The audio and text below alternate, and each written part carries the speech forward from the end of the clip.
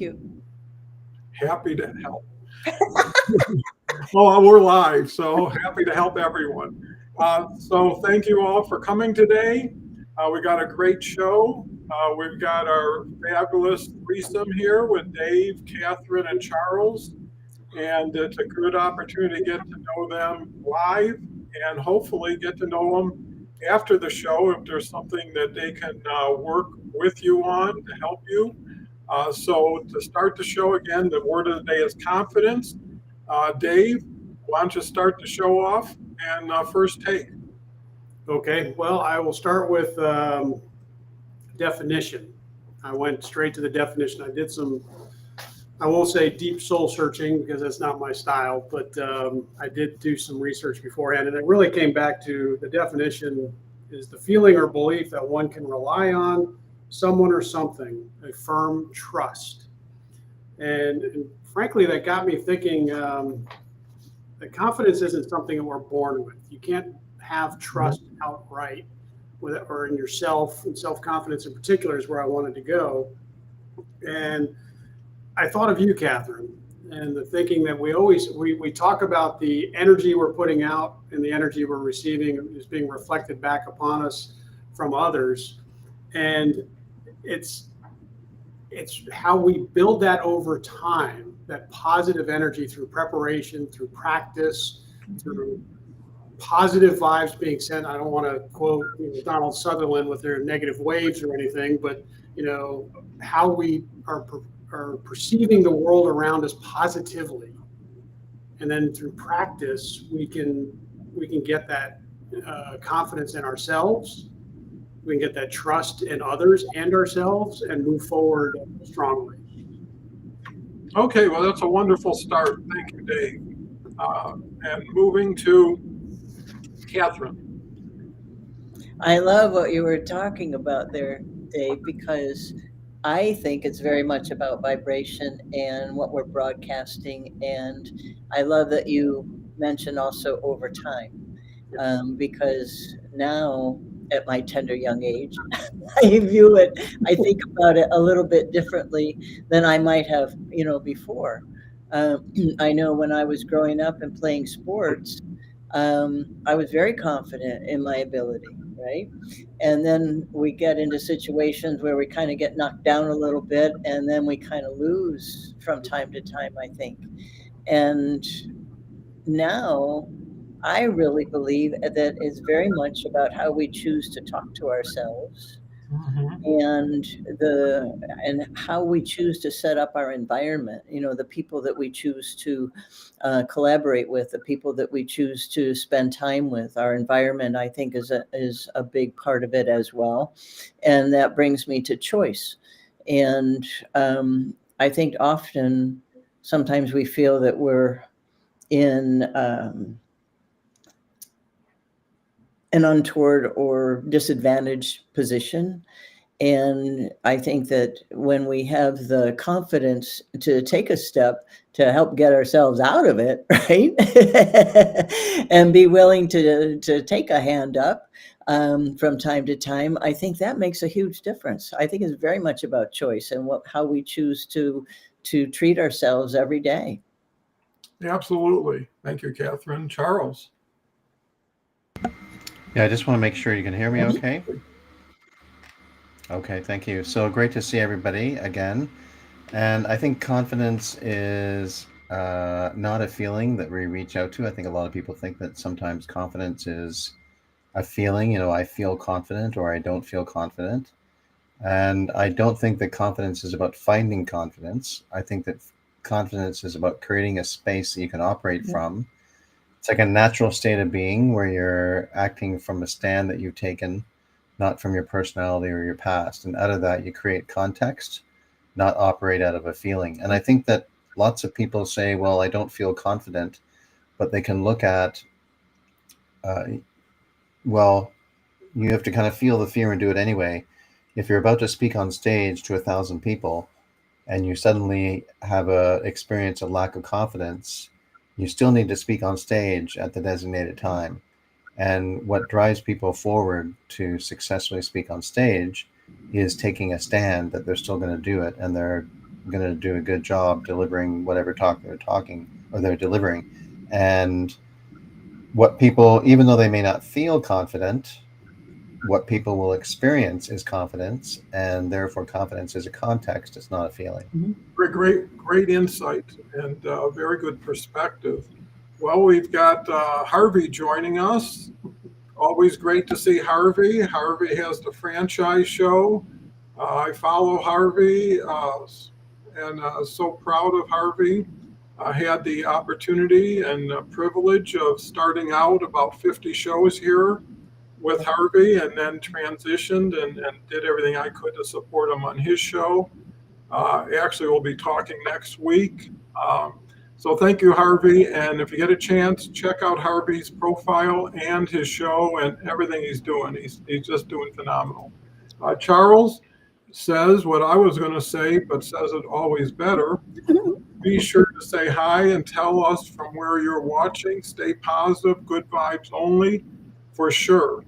And with that, confidence is something I believe, I've heard a definition, it's applied to other things, is moving from one disappointment to another without losing any enthusiasm, right? And it's something from within, and it is based on experience. The first time you do something, you're going to have a little trepidation, or at least a little curiosity at minimum, and a little fear and a little excitement. So it really depends on what gauge you're on. Are you on happy, excited, can't wait to do something new? Or am I going to embarrass myself, feel bad, and do something I'm not very good at? And that's really the program you write for yourself. And a lot of it, and I've said it before, is your music, not your words. How you come into a room, how excited you are. Yeah. Are you shaking hands, or you're patting people on the back? Great to see you. It changes their view of your confidence. And others people's view of their confidence determines their next behaviors. So if they see weak, shy, timid, it's really, not a very strong position to be in. So with that, we've got a person from India.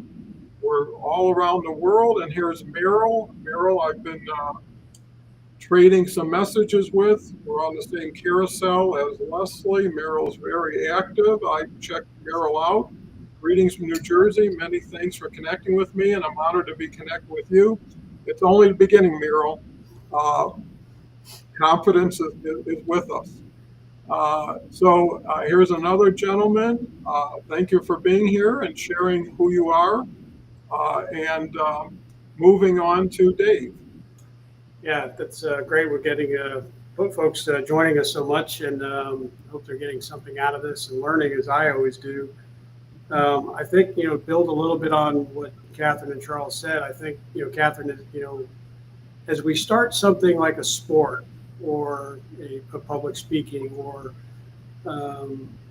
some new endeavor, we start out with no confidence. We have to build it up through competence, through experience, through practice. To Charles's point, the public speaking, I don't walk into a keynote speech with just winging it off the top, pulling a cue card and saying, oh, well, I've got a few words I'll make something out of for 45 minutes. I've gone through the process of practicing, of refining and strengthening the muscle memory, if you will, just as we would do with sports. A 5-year-old is not going to play in the World Cup for soccer, but they have to build that confidence and the skill sets over time so that they are confident in their abilities and our abilities to do things such as public speaking or any endeavor that we undertake. I will go back. Don, you and I have talked about this. I've been with you now for 2 years doing this. The first 4 or 5 times, I was nervous. I had confidence in my ability, but I wasn't confident in sharing my thoughts and my thinking. And the back of my shirt was sweaty, just nervousness. And I've gotten to the point over time where through confidence and building the muscle memory and the ability in myself, through competence, I can say, look, I'm more confident and capable of doing this without sweating back on my shirts. Just my thoughts. No, those are very good thoughts. And I believe it brings the conversation up to the level where we can hand it off to Catherine. Let me check my shirt. Well, I love that you brought that because when you were talking, Charles, I wrote down preparation, right? Because we have to support ourselves. And like you were talking, Dave, you practice, you do prepare.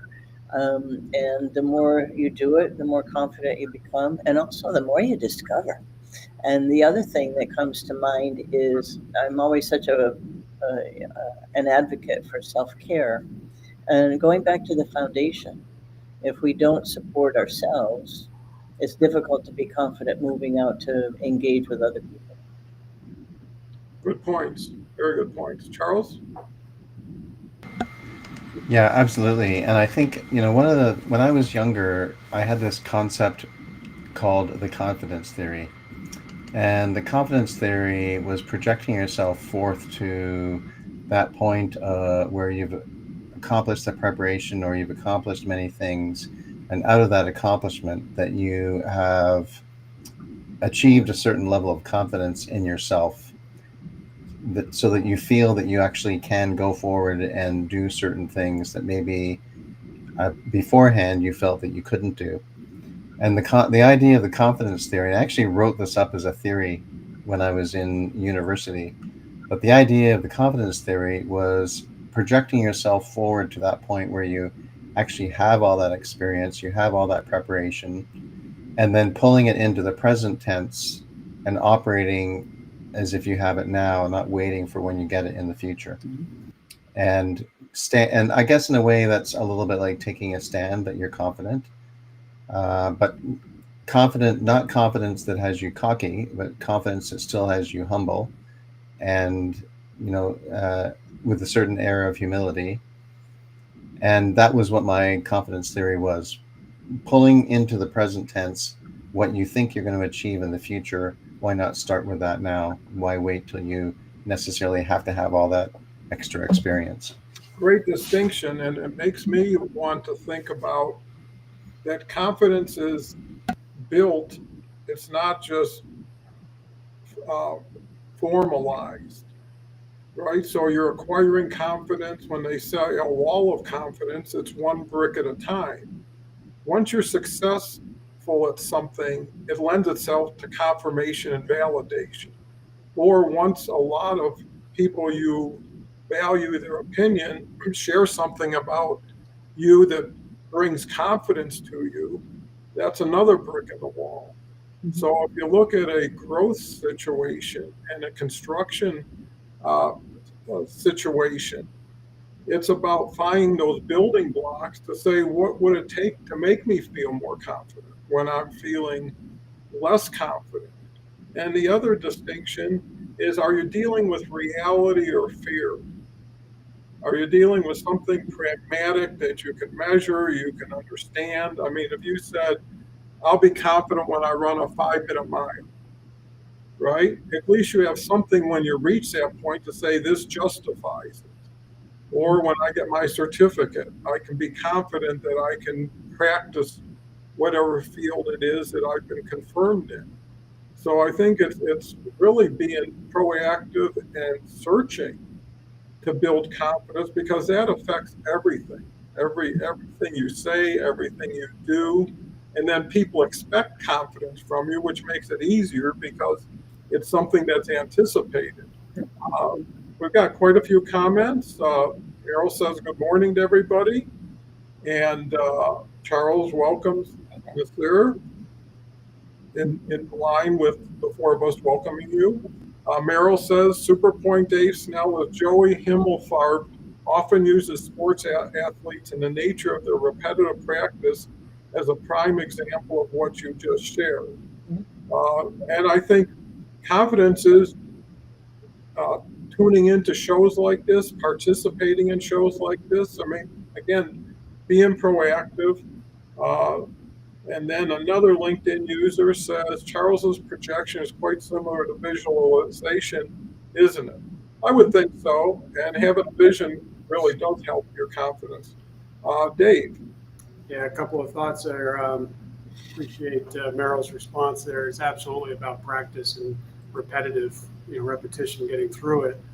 I was thinking as we were all talking here, is I go back to the definition, and trust is a key factor in that definition at the very end. Having a firm trust or feeling you can rely on something, whether it's yourself or others or something. I've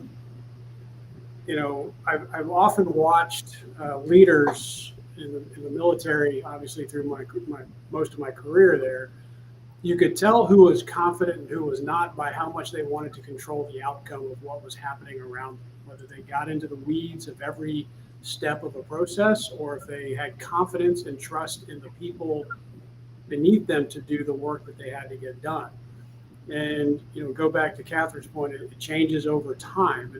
And I wrote down here as we were talking is, maturity and confidence comes when you no longer need to control every outcome to feel secure.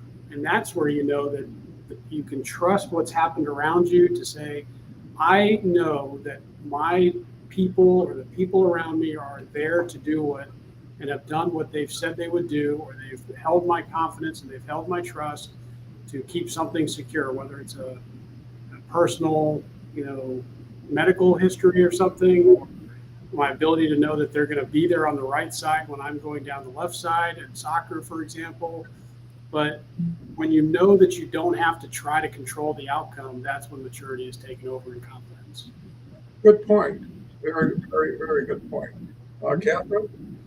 Well, I love that because it's so fascinating that we think that we can control so many more things than we actually can, right?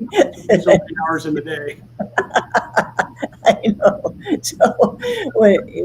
And so I think it's important, at least for myself, to have a little sense of humor with myself. It's just like, oh, well, okay, we can't micromanage that because that's not going to help anybody, right? And so I think it's really important to realize that and also do that honest self-evaluation. Okay, how prepared am I? Am I pulling my weight? Am I, doing the best that I can do, not only for me, but as a team player? And I think that has a lot to do with it also. Yeah, very, very, very important. We've got Leslie joining us. Great to see you, Leslie. Thanks for promoting my and everybody else's around here shows. So always appreciate that, and look forward to having you back in the future. You're always a wonderful guest, and gosh, we've shared at least 50 episodes. On to Charles. Yeah, thank you. I want to address the question that Amit has suggested. So when I came up with this concept of the confidence theory, I was not thinking of visualization at the time. I described it as sort of pulling into the present day or present moment living. What that refers to is internalizing the feelings, beliefs, and reality of that future state as if it's happening right now. So one would say that would be a crucial aspect of manifestation, if you believe in manifestation, which aims to program the subconscious mind and align your current emotions and actions with the desired future now. And making that goal feel attainable and familiar before it actually happens in your life. But I think that, it's probably true that projection, pulling into the present day or of a desired future are key components or specific forms of the broader practice of visualization. So they probably are very, very connected. And so I just wanted to take a moment to address that question that Amit has raised. Very good. Leslie says confidence is a byproduct of achievement, and confidence only grows with consistent achievement and spaced interval over time. Well, obviously, from our conversation so far, it looks like everybody has an impact on their confidence level, and how they choose to respond to that really takes support, in my opinion. Whether it's from coaches, whether it's from books or social media, whatever you go to, The more you learn, the more confident you will be in what you do. So a lot of people do a lot without knowing anything. Sometimes they get lucky. Sometimes they're just having fun, and they're probably better off just having fun. Uh, I think to Catherine's point about having a sense of humor, it's not what happens to you, it's how you respond to what happens to you, right? You might take a big loss, but you got a wonderful lesson from it that will serve you well. And you say, well, I guess it's a trade-off, or maybe I came out ahead. The other thing is visibility. If you can see into something and get a reaction from something, it allows you to change how you're going to approach the next thing. So more activity, they say 90% of success is just showing up every day. And if you keep hitting it, eventually it'll move. And then we've got pulling into okay, that's good. We're pulling into the present day or present moment refers to internalizing the feelings, beliefs, and reality of that future state as if it is happening right now. And that's a great point, Charles, because sometimes you can close your eyes and you can almost see what you're going to be about to do. If you ever went back to family for like a holiday, you can close your eyes and know who's going to be around the table, what's going to be on that table. And all of a sudden you start feeling just as good almost as when you get there and actually experience it. Yeah, it's a lot to digest here, and my slow brain takes time at times. But the thoughts that were crossing my mind is I think there's a risk with confidence that it can build into arrogance. You can be self-confident and you can have a lot of confidence, but as long as you're projecting it in a positive manner, it will not be arrogance, and that will drive how people follow you or not. Admittedly, I will tell you, 2004, 2005, I did out of the National Security Agency. I deployed more times than anybody else, and I was very confident in my abilities. I was confident in the people I was leading, but because I didn't take the time to say, okay, what's going on around me, and how I was presenting that confidence, I came across as very arrogant. And that's a risk with confidence. So you need to be able to build up enough that you are able to be strong and be able to share and build the people up without having a negative impact on others. And arrogance is, in my opinion, a big factor in that negative impact you can have on others through too much confidence. Yeah, and I think understanding balance goes a long way. Catherine?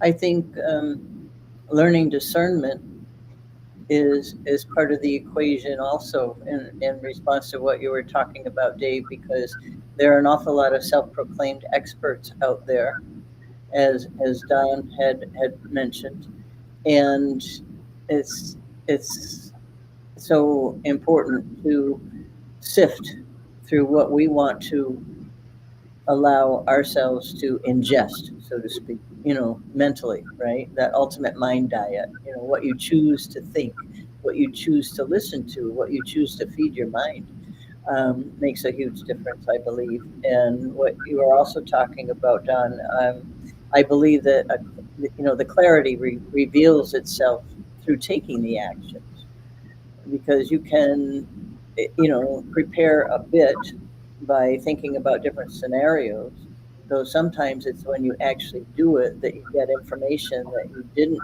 have by merely just thinking about it. And so I think the action is important also. Absolutely. I like that. Charles? Yeah, I'm going to. So Leslie says your confidence only grows with consistent achievement in spaced intervals. So I'm going to be the devil's advocate here. I'm going to disagree with that. Not disagree with it entirely, but disagree with it in part. I would not agree with it because I think that, well, this is the whole point of what I talked about earlier, the confidence theory, was taking those consistent accomplishments and pulling them into the present day, and then operating out of that. And I think that consistent achievement is a powerful method for building confidence, but it's not the only way. And confidence is actually a complex psychological trait that has numerous internal and external factors, and there's other contributing factors that will affect confidence. Positive self-talk, a supportive social system, self-compassion, physical well-being, developing new skills will affect it.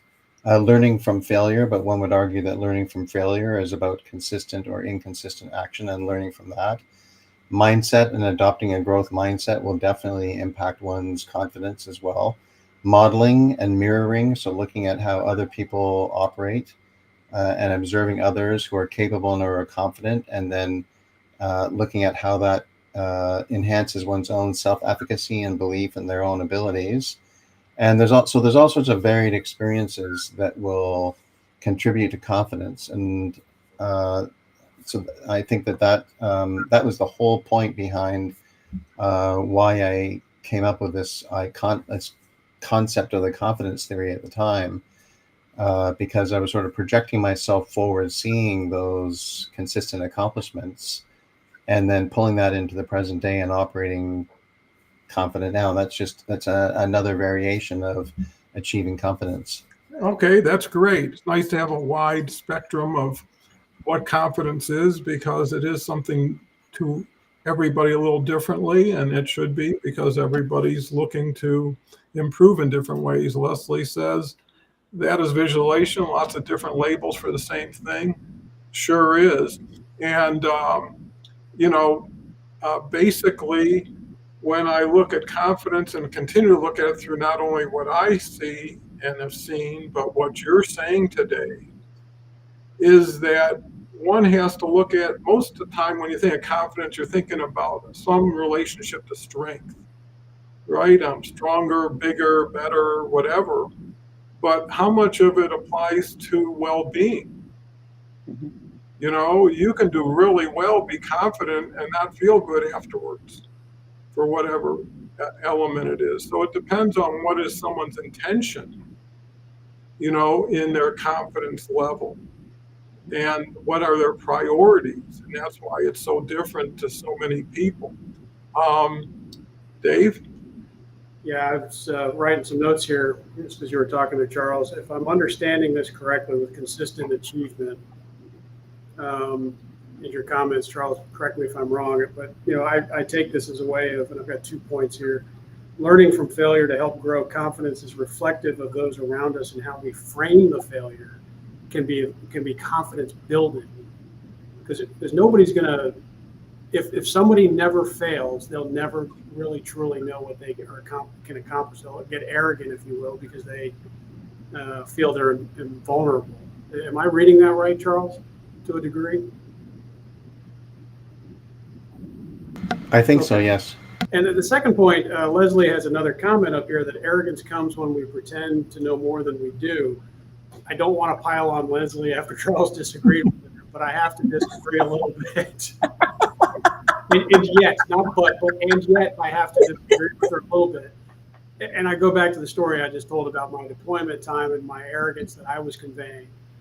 My arrogance was not because I was pretending. I knew more than the others. That was not a false mask, if you will. I'll get to masks later in the hour. I was dealing with people who didn't know what was going on and thought they did. And it was more their arrogance that, again, go back to Catherine, I love, and I think about this every week outside of our conversations, the energy we reflect. I was perceived, and I probably was a bit arrogant, because those people were arrogant thinking they knew everything, but they'd never been forward. They'd never been in the combat zones. They'd never seen or felt what it was like to engage with people who wanted to kill you or to harm you. So I don't agree completely with you, Leslie, but I understand and respect the comment. Great. That's very, very nice. Catherine? Well, what's fascinating, I think, is that energetically you can pick up on the arrogance, Yeah. right? Because you get that gut feeling like, ooh, this is not feeling good, right? And so I think that it's important for each of us to be so aware of our own energetic level and our own broadcasting, because we can adjust it. And there are times, I believe, when you walk into a room and maybe, you don't want to come off as being more powerful than the rest. There's that whole difference, I think, is what I'm getting to as I'm talking about this, is the difference between power versus force, right? And what's fascinating is, the power comes from within, and the force is more of an external energy. And I think that the power can be adjusted to adjust, because sometimes I think it's important to bring the power back so you can listen, because some people are intimidated by the power and they're not going to voice their opinion. And I believe that we can learn something one way or the other from just about everybody. Absolutely. Charles? Yeah, I think that's fantastic. I can't remember the expression off the top of my head, but very similar to what you're saying. Even, a tree, you could learn from a tree, Catherine. The ultimate enlightened individual would be able to learn from anything. I think that's fantastic. And I think that I think that another aspect of this is that confidence is really about acting from commitment. And when you act from commitment, the confidence often flows from that. And if people are constantly trying to be or achieve a certain degree of confidence, it starts turning into an issue, as opposed to being a virtue or a positive trait. Great points. And, thinking about it, what kind of confidence are we really projecting? There's something to quiet confidence.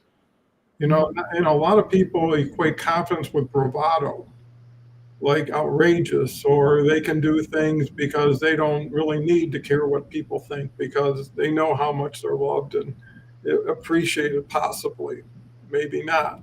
But, that quiet confidence, when someone walks into the room and they just have it together, right? They talk softly at times. They meet people where they're at. I think that addresses or relates to Dave's arrogance issue. You can be the best at whatever it is, and you can be confident in it. But have you really completed yourself when you can't allow people to feel good about what it is you are or what they think you are? And that's really about impression. And I think that can get people lost in the weeds with worrying about what everybody thinks. How much is a negative review affect someone's feeling of their own work? If you're confident and you're sure, doesn't matter what anybody tells you. If people tell you today's Saturday, you're just so sure they're wrong that you don't even have to even deal with it, right? You can just move on, say that's fine. And what I've learned in life, a lot of times let the people get the early win if that's what they're looking for. Don't make people fight for it, and if it doesn't matter to you and it matters to them, then that should just decide, as opposed to starting to put fairness onto it, or balance, or who went last. It's really the giver that lends itself to more confidence than the taker. And it's the person that's available that will show and exhibit more confident behavior than the otherwise. Dave. Yeah, I'm gonna backtrack a little bit on what I said last time, and doing some reflective thinking here, if you will. Leslie's comment about arrogance, pretending there's something we don't know. The more I think about what I just said, I go back to, it wasn't necessarily that I was being arrogant. It was that those people were seeing a reflection of what they were not able of doing. They were being arrogant more than I was being arrogant. So there's a lot of truth in Leslie's statement that I shouldn't have argued with as vehemently as I did. But arrogance or confidence is being able, I was thinking about what you're saying, Don. Confidence in the most confident person in the room is usually the quietest. It's the person who's going to sit back and watch and say, okay, what's really going on around here? Because the loudest voices have the weakest arguments. We often say it. We've said many times through the last couple of years. And if I can pick out that person and say, who's the person not saying the most, they probably have confidence in their abilities, their own abilities, and have a better, stronger argument to make than someone who's yelling. So the least confident person is probably the yeller. Great point, Dave. Catherine? So that makes me think of the confidence to be open-minded, right? And the confidence to ask, for clarification or ask to learn something new, and knowing that we never know everything. And so I believe that depending on situations that we're in, that the confidence is going to fluctuate. I don't think that it's a constant day to day, because we're confident in some things and we're more confident in others, although there's an underlying confidence that I can be successful, right? I may need to learn another skill, but I'm confident that I can learn that and I will learn it, or, whatever the situation is. But I do think it fluctuates. Yes, for sure. And I think we're starting to really understand different sides and foundations to confidence. Charles? And I think one of the ways that you can counter the arrogance that you're talking about, Dave, I think correct me if I'm wrong, would be this concept of perspective taking. And Leslie says here, another way she looks at arrogance is one-upmanship. And perspective taking is one of the ways that you can you keep one-upmanship in check, right? And so you have people that might be discussing a situation and there's disagreement, and one-upmanship is that person that might be shouting, for example, in the room, or has a raised voice, Dave, that you're talking about in the room, as opposed to someone else who says, okay, well, help me understand why you feel that particular way. And there's definitely a difference. The person that's shouting, that's, an example of the one-upmanship that Leslie talks about here. And that's going to project a certain degree of arrogance. Whereas the person that says, well, help me understand, is more the quiet, probably more likely the quiet person in the room who's trying to take perspective and understand why a person's operating a certain way. And it takes confidence to be able to say, well, I don't know if it takes confidence or not, but I think it takes confidence to be able to say, help me understand what you're saying. And I think communication is vital. It continues to open up for me as far as what confidence is, because you can always ask yourself, have you ever been wrong in the past, and could that happen again? And I think a lot of people are better served by reserving judgment, right? Buy some more vowels before you solve the puzzle, is a good strategy. Because a lot of times you're hearing something but not understanding it, or not having context for it. So why not ask a question or two, for my own benefit? I'm new to this, whatever it is.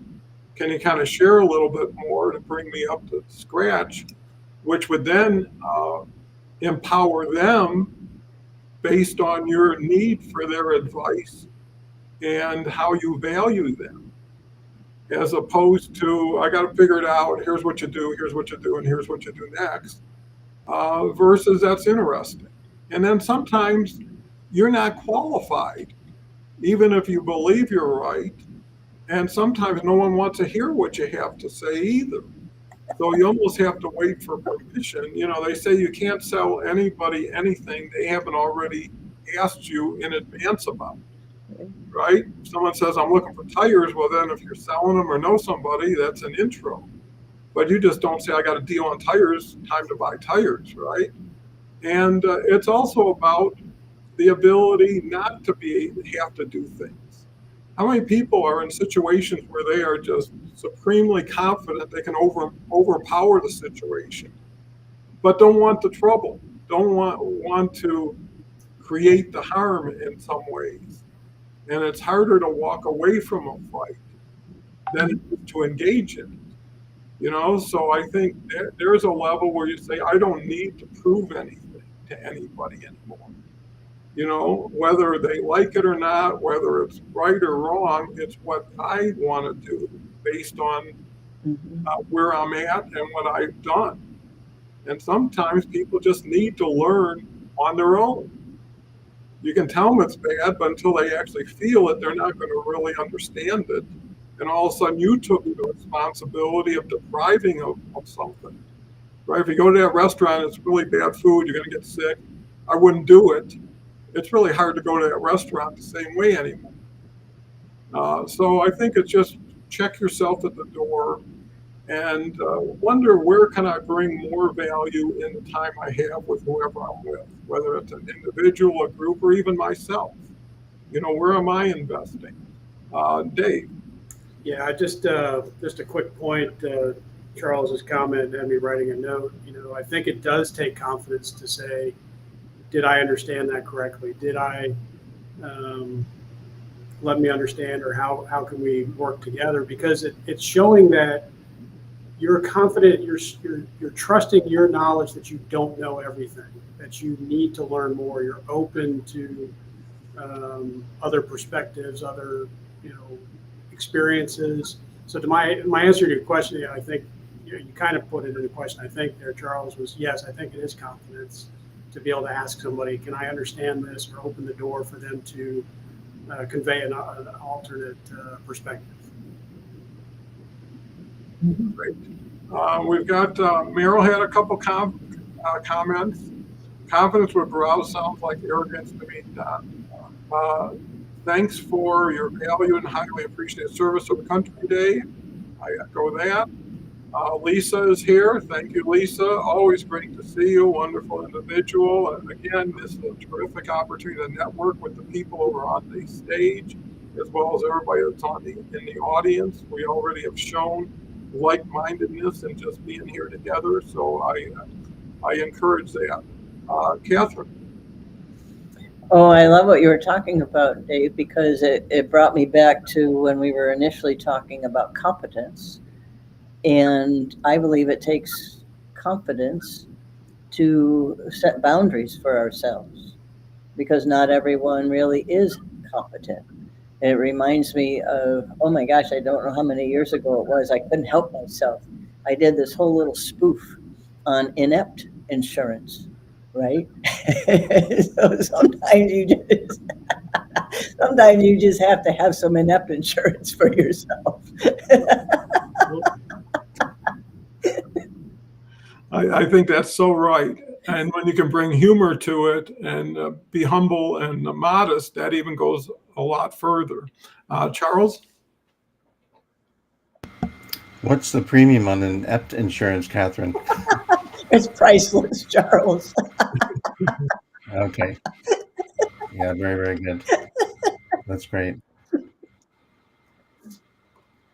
Yeah, I think that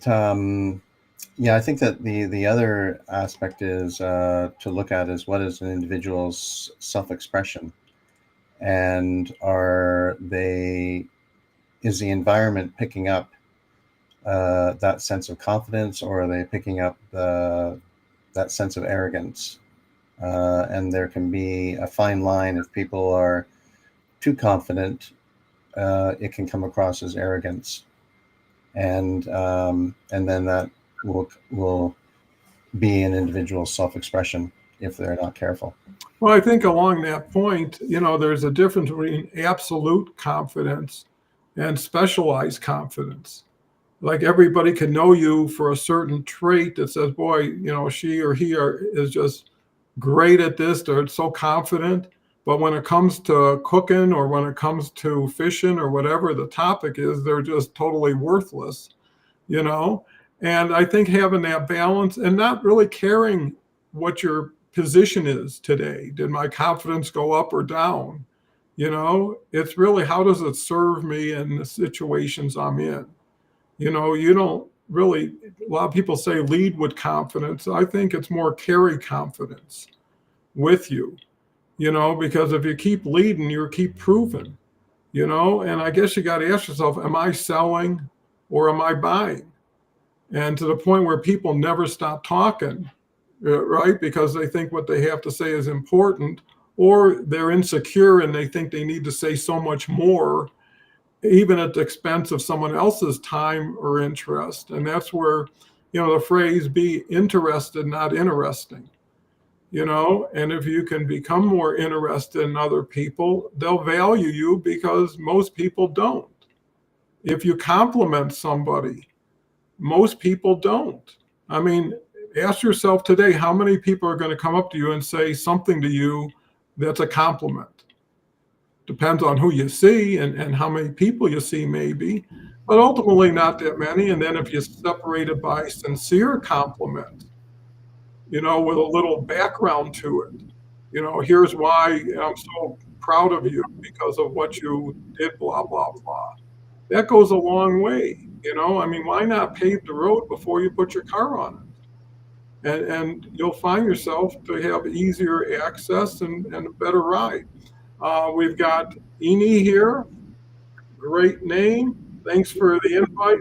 Link Meryl. We're going to have Meryl on the show now because Meryl invited somebody and they came through. Leslie says, love that, Don. What other people think of me is none of my business is a great quote. Yeah, and it shouldn't be, you know. And, you know, if you look at Leslie, she's been phenomenal in her Think and Grow Rich series and has carried the confidence of Napoleon Hill with her and shared it with so many people. So, you know, we're not just a river. We've got tributaries or whatever you think that come off of it and carry people with us, you know. And I always think the best, at least to start with, you know. But I will say that a lot of times I'll stop somebody and say, I just heard what you said. What did you mean? And even take it one more step. What did you expect me to feel about that? Right? And once people can get alerted that, hey, there's a highlight here that needs to be talked about, respect comes into play. You know, so at a certain point when you not stand up for yourself, but question things so that you understand where you're at. And you also set limits with people around you. You know, that maybe some people found it positive and most people maybe not. But at least you're setting the tone for who you are, how you feel, where you are. Maybe you're setting a better direction. So here we've got one more. Okay, Leslie has question. If both confidence and arrogance are present, which are we drawn to? That's a very good question. I think it's like, what are you in the mood for? You know, at times, you know, it's like going shopping. So I think you can go between confidence and arrogance. You can be arrogantly confident and confidently arrogant. And maybe that's a distinction in itself. So with that, moving to Dave. Yeah, I think Leslie's question is very prescient based on what we've been talking about, because I think we're drawn to the confidence if it's well, what am I trying to say here? The confidence can be a mask that some people can't see the arrogance underneath, so it's a draw. But confidence is authentic, and it's authenticity in action. There's a note I've written down earlier. So what are we drawn to? I think we're drawn to the confidence, but we may not always recognize it for what it is my point. Sometimes if I'm following a leader and I don't see all the machinations of the process he's gone through to make a decision, I can think he's confident, but in the background, under his mask, he's really being arrogant, and I don't know that. So we're drawn to what we see, which is the confidence, but we don't understand what's behind the mask. Great point. Catherine.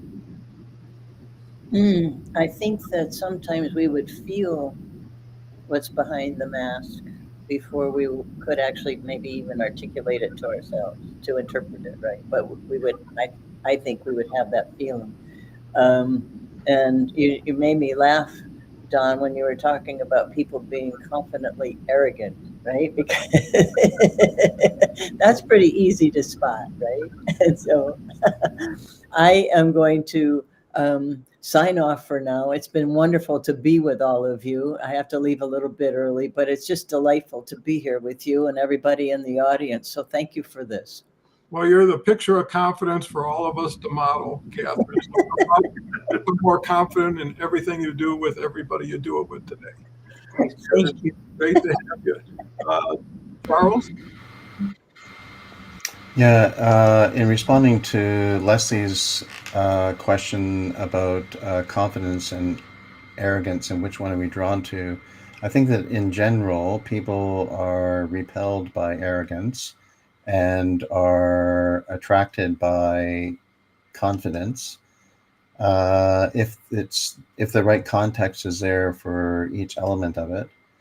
And I think true confidence, is something that's wholesome and empowers others and can motivate and inspire people. A leader who's confident could be encouraging people around them to be more than they thought they could be. Whereas arrogance is more something, I think what's underneath arrogance is insecurity. And that often, going back to your example, Dave, of the people in the room, if a person's arrogance with raised voices, I think this is a bit of a generalization. I think there's a high probability that underneath it, on a conscious or subconscious level, that person with arrogance is seeking to diminish others. Whereas confidence, I think we're seeking to make others better, more wholesome, empower them. Yeah, it looks like we've really covered a lot of confidence here. And, you can use the word in so many different ways. And again, whether it's strength, whether it's arrogance, whether it's being modest, whether it's showing too much bravado, again, everything is situational. You'll adjust based on the situation. If you're trying to take something back that you bought at, let's say, Costco, you don't really need a lot of confidence, right?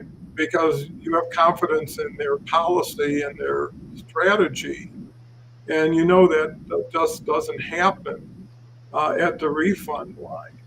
If you're facing somebody who is belligerent, obstructive, you're going to have a harder approach to it, or no approach at all. And you decide, hey, if I'm going to fight it, I'm going all the way, or I'm not going to bother with it. And people feel that you avoid a lot of future issues by stating your situation in an attractive way to the person. I remember being in retail so many years that when customers would raise their voice, when I lowered my voice, they lowered their voice. When I tried to compete, it just got out of hand. And at a certain point, you got to decide who's got the power here, right? You can listen for so long and then you say, hey, I want to talk to the manager. Or here's who I am, here's how it's going to go now, right? We don't need to agree. We just need to agree that you're going to agree with what I just mentioned. But nobody wants to take out the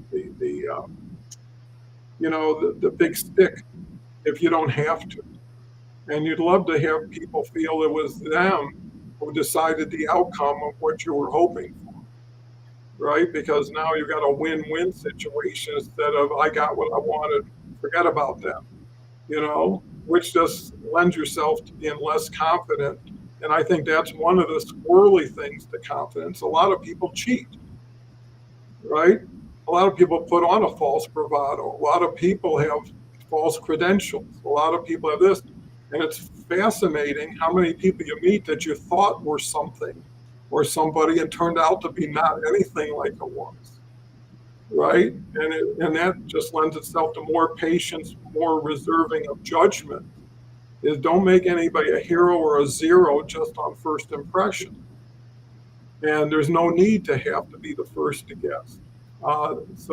Dave? Yeah, I know we're coming up on the top, and this has been a phenomenal discussion, and I think I'm glad we've been able to go through so much of it. I was thinking you brought up integrity, and I see that as the foundation of confidence. If you're honest with yourself and those around you, you will build your own confidence, and the confidence of those around you will see it.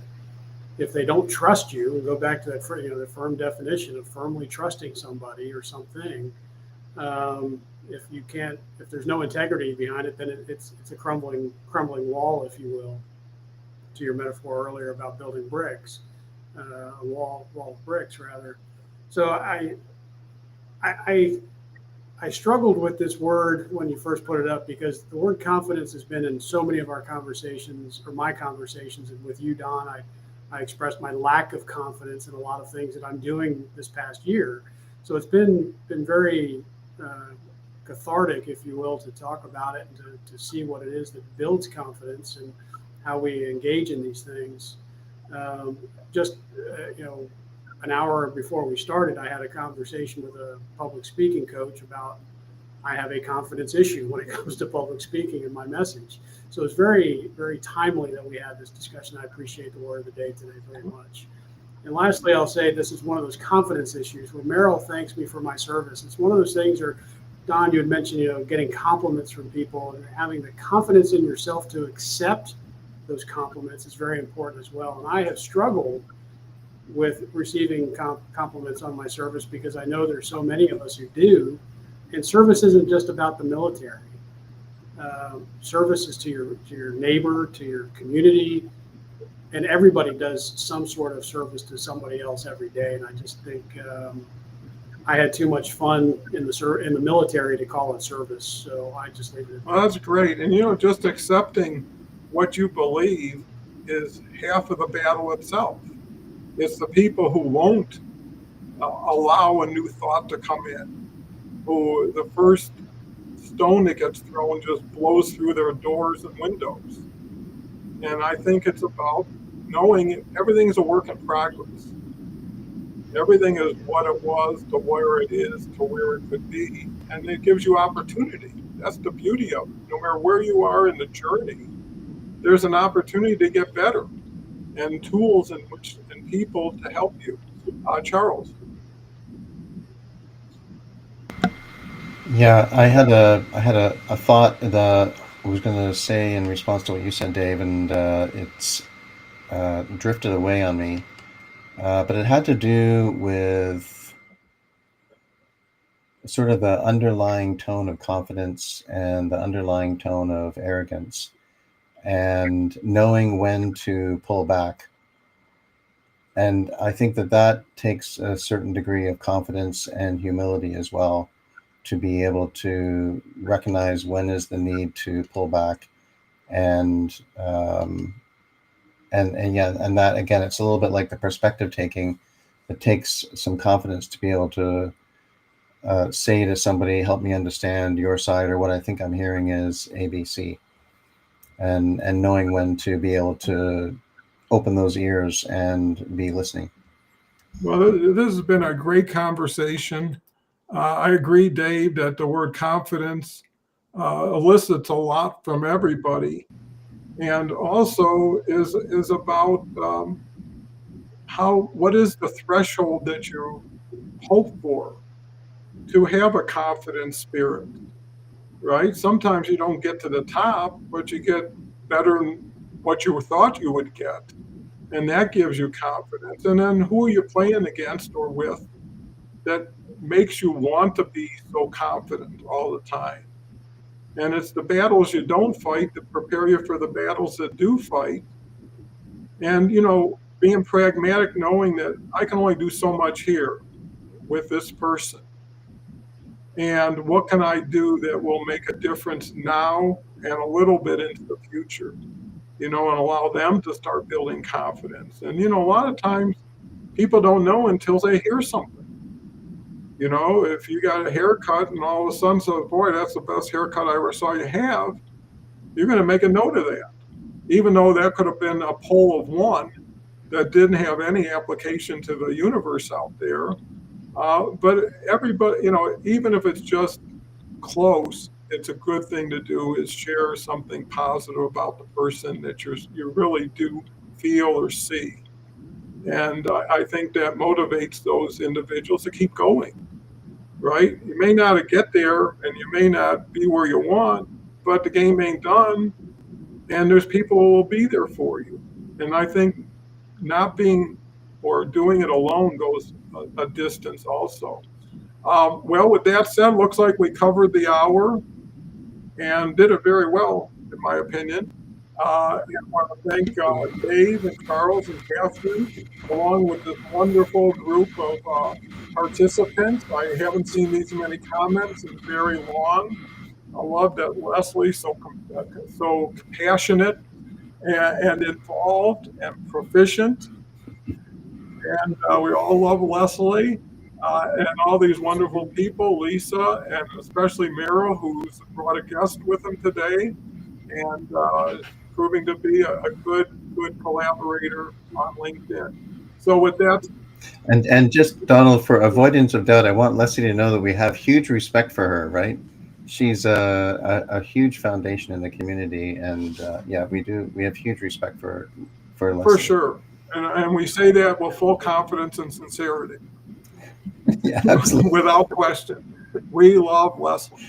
Anyways, with that said, let's end on a loving note. Thank you again. Come back next week. If anybody has a word, send it to me through a comment. I'd be happy